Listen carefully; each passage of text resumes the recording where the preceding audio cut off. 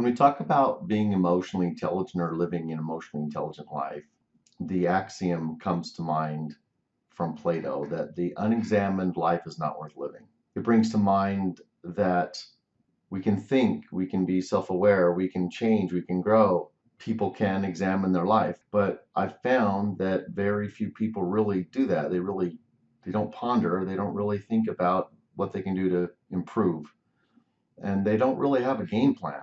One of the things that you learn if you're paying attention is that success leaves clues. It's not really a secret. And when you get to the end of your life, you're going to look back and think about how well you lived it, the regrets you might have, the experiences you had. When I look at this picture, I think of someone reviewing in their mind their life. Did I live it? Did I taste it? Did I share it? Right? Did you get the most out of it? I think of my Armenian ancestors and all that they went through. And I picture, let's say my great great grandfather going through what he did and kind of looking forward in time and sending me a message, which is, hey, if you really understood everything I'm going through and what I had to do to get you where you are, you better live your life to the greatest capacity that you can to show me how much you appreciate what I did. And so I think of my dad and I think of his legacy and what he left to me. And, I've thought about how does anyone really know if any of us have lived? You know, how do you live a life that people will remember? And most people who live the most successful, let's say fulfilling lives, have a couple of things that they do that ensure that success. And there's two things I want to have you go through to put those two things in place, starting right now. The first thing is an exercise I want you to go through, and it starts with this matrix here. Each year, each box represents 1 year of your life. Let's say I'm 47. So what I want you to do is go into this box and basically cross out every year up to the year that you are. Okay, so I've blocked out 47 years. Then I want you to start at 100 years and back down the number of years to where you anticipate retirement. So I'm going to project that that's 70. The boxes that remain for me are these. Visually, what do you think?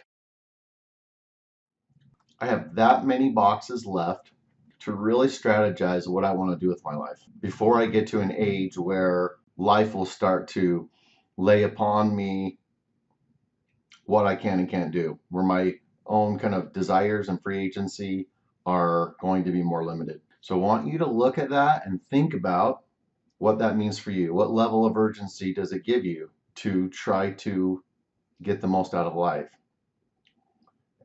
Think about traveling and doing all the things that you can physically while you're younger. If you remember the story of the person that learned one new thing each year, this is how many years you basically have to try and implement that. And so maybe if you haven't listed that out yet, I want you to do that. Put in 2018, write in what you're going to do, what you're going to learn this year, next year, and the year after that. So I'll give you an example. For me, here's my list starting in 1991 of what I have learned each year. So if you go back, I could kind of put in each of these boxes, right? When I was right here is where I started this new learning, let's say, method. Go through and figure out what your next 3 years are going to be. Then go ahead and map out, let's say, a 10-year period. So start to at least collect some thoughts on what each of those things is going to be as an overlay to this. And as you look at the yellow boxes remaining for you, I want you to think about your age, like I said. So if there's certain things you want to learn that will require really good health or strength, that kind of thing, you're probably going to want to do those sooner rather than later. The second aspect is to figure out what would benefit other people more. Let's say, for example, your granddaughter is born deaf. You might decide because of that you're going to learn sign language so that She grows up with a grandparent that is fluent in sign language. And you can be that person, right, that benefits and has that kind of special relationship with her. However, you want to figure out what you're going to do each year, go through and structure it out and put in your box at least for the next 3 years and what you're currently engaged in this year. And if you don't know for this year and you haven't done this yet, put that in, like figure it out. Take some time this week to do that. I also want you to go in and list out on this tab here, like I have, what you've already done. And it may not be in this structure, but what do you know how to do at this point in your life? What are all the individual skills and talents and hobbies and things that you have a pretty strong command of? Could teach other people the do's and don'ts, right? The ins and outs of any of these things. I'd like you to have a list, a my talents list, let's say, so you can kind of get a catalog of what you know at this point in your life. If you were looking at your life as if you are in the future in the end, like that picture of that gentleman, who are you? What do you know? What are you known for? What's the word you want people to think when they hear your name? What do they associate you with? What attribute, one attribute, would you hope that people would associate with you when they think of you? What does your family look like? What's your financial situation? Where have you traveled? What languages do you know? What talents do you have? All of those things. Living the emotionally intelligent life is to understand that we affect that end far more than I think we recognize. Another unique component that leads to a more happy and successful life is establishing a morning priming. So that's your morning routine that sets the stage for the rest of the day. I've kind of come up with a structure that I think helps touch on all of the really critical components that I've researched and found that most people try to touch on before the day starts. So the first thing I'd like you to actually do is write in your journal what your current morning routine is, if you have one at all. And if you don't, like, write that in there.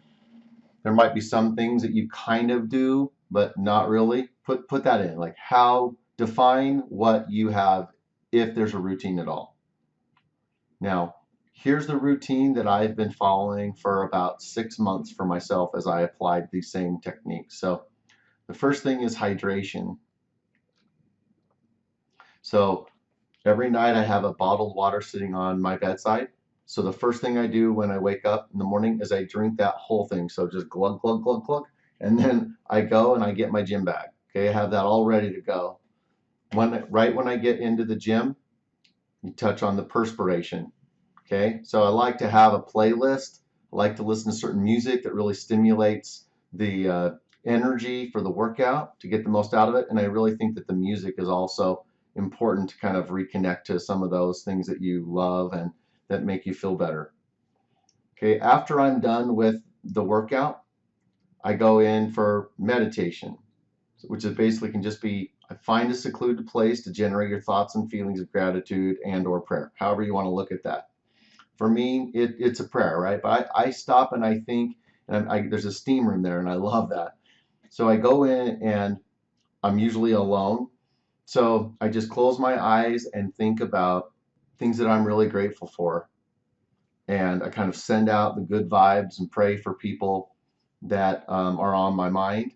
And I always try to think of different people and really try to think about what's happening right now, things that I'm aware of. Like, for example, I just found out this morning a person that was influential in my life as a young men's leader, a youth leader, that he passed away. He's in my thoughts, right? So that I took some of the time today while I was in the steam room to think about him. And so that's usually about 5 minutes. And then I go from this meditation to kind of inspiration, right? So sometimes when I'm still at the gym, I might do this during my workout, like on my stationary bike or something. But I try to already have like some bookmarks and things to YouTube videos that are inspirational. So it could be a video, it can be just music piece that you listen to, an article that you read while you're kind of on the stationary bike or something like that. but I always try to get some kind of real uplifting and thought-provoking injection of something that's a part of that mixture. And then the final piece is the motivation. And so kind of connecting to the why and what my motivations are for the day. What are the things that I want to prioritize and really make sure and get done and connect with, so that as I prioritize my day, I'm connecting to the things that are really most important, and that those should motivate my actions rather than just kind of walking in and seeing what fires are there to put out, having a real structure to it. So here's an example of my morning priming. And I would like you to think through these things and see what you could do to structure your morning differently and more effectively, and try and come up with your version of these core Asians that if you plug into your life, you're going to see how much more productive your day is than it's been. And you'll also recognize that the bugs that you're working on, the self-improvement methods that you're putting in place for this life prime, right? All of those things, because you structure things out just like that. If you structure your morning, the rest of your day is much more likely to be productive and structured and effective. And so your results will go up dramatically. But there's a part of your life wheel right now, it's out of balance. And so the one thing I also think about when it comes to the morning priming is this idea that the world is so full of negativity that it's hard not to just generally become more negative as a byproduct. So if you think about negativity like a calorie, and you know that idea that if somebody, that a pound is equal to 3,500 calories, right? So let's say you're a 250-pound guy and you generally, without any exercise, will burn 3,000 calories in a day, okay, just to maintain your weight. So basically we know, right, that 1 pound equals a calorie deficit of 3,500. You can reduce your daily intake of calories, or you can increase your daily burn rate, or a combination of both, right? But as soon as you have a deficit of 3,500 calories, that's equal to 1 pound. Okay, so you can reverse engineer, if I want to lose this many pounds, this is how many calories you'd have to have a deficit of over that time period. So in the same way that weight kind of creeps up on us if we're not kind of paying attention to how many calories we consume, the idea of negativity can be viewed that way as well. Okay, so negativity equals calories. You can take really almost any bug, okay, that you're trying to work on, right, and think of it in this calorie count type way. It's really interesting, okay? So think about this. If you listen to politics, if you watch the news, if you have a particularly negative spouse, okay, if you have a lot of stress going on because you're out of work, right? There's all these different things going on, right? And if you think about like how difficult something might be or how negative something might be, that's the calorie rich type of meal you're consuming. And just like someone who's kind of binge eating and not really thinking they have the whole bag of like potato chips with them while they're watching TV and they're not conscious of it, there's so much negativity that we're consuming that we're not even aware of. It's almost like someone who's a sleepwalker. They put on all this weight and they don't know how, and it's because they're literally not conscious that maybe they're eating while they're asleep. So our world is so negative that if you don't actually put in place a plan to kind of work off the average 500 negative calories that just come in, even if you don't seek it out, right? Just everyday exposure, then you're going to become what I would call like a negative fatty. You're going to be someone who starts to put on this kind of extra negative weight. And so it starts to change your personality.